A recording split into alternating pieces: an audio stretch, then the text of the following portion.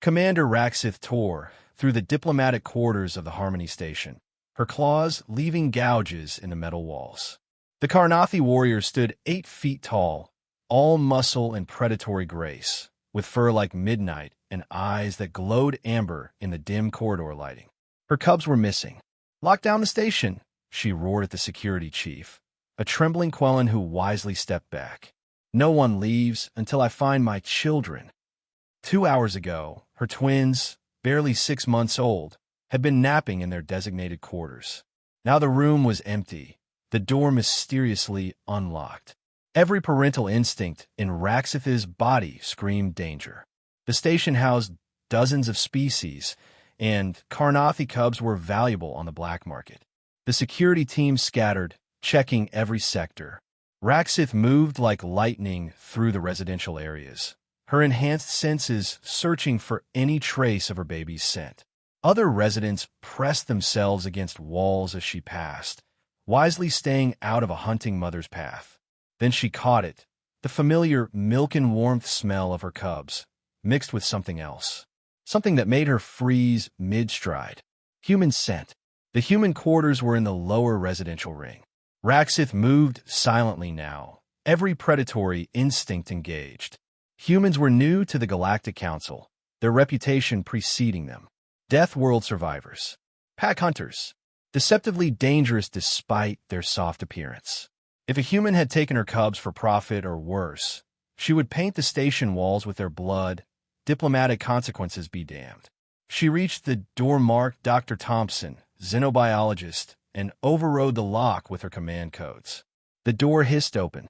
The human was asleep on his couch, still in his station uniform, and curled up on his chest, purring contentedly, were both of her cubs. Raxith stood frozen in the doorway, her rage evaporating into confusion.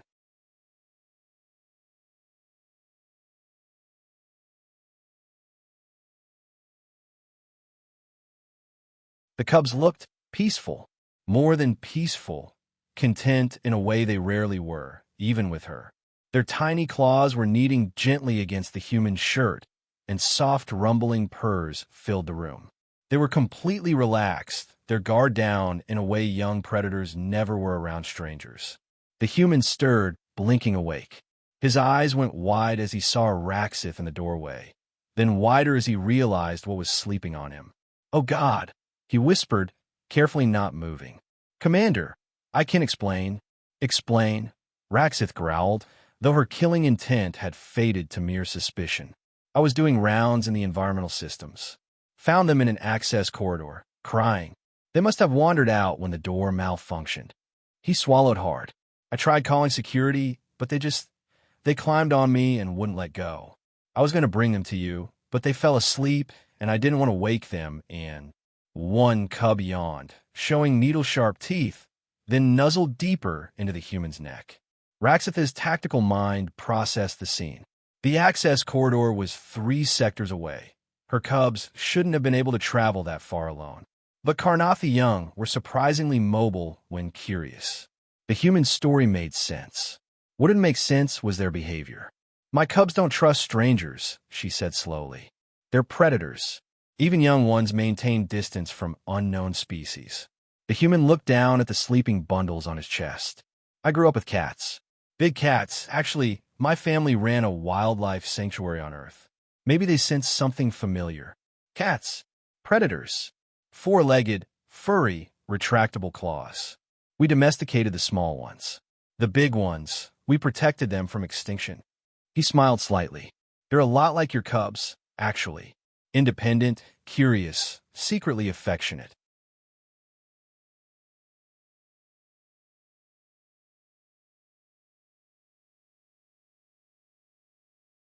Raxith stepped closer, studying the scene.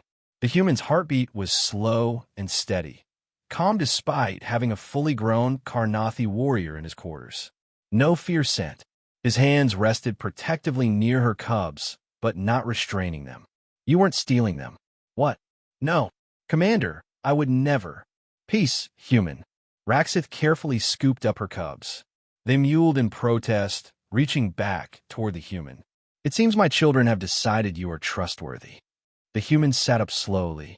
They're beautiful and surprisingly heavy. They're Karnathi. They'll be 200 pounds by their first year. Raxith cradled her babies, who were already starting to fuss. What's your name, human? Michael Thompson. Everyone calls me Mike. Mike Thompson. Raxith committed it to memory. My cubs have chosen you as pack friend. This is not a small thing among my people. She fixed him with her amber gaze. You will join us for evening meal tomorrow. They will want to see you again. Mike blinked in surprise. Of course. I'd be honored. As Raxith carried her cubs back to their quarters, she heard one whisper sleepily in their language. Warm human. Safe human. Like home.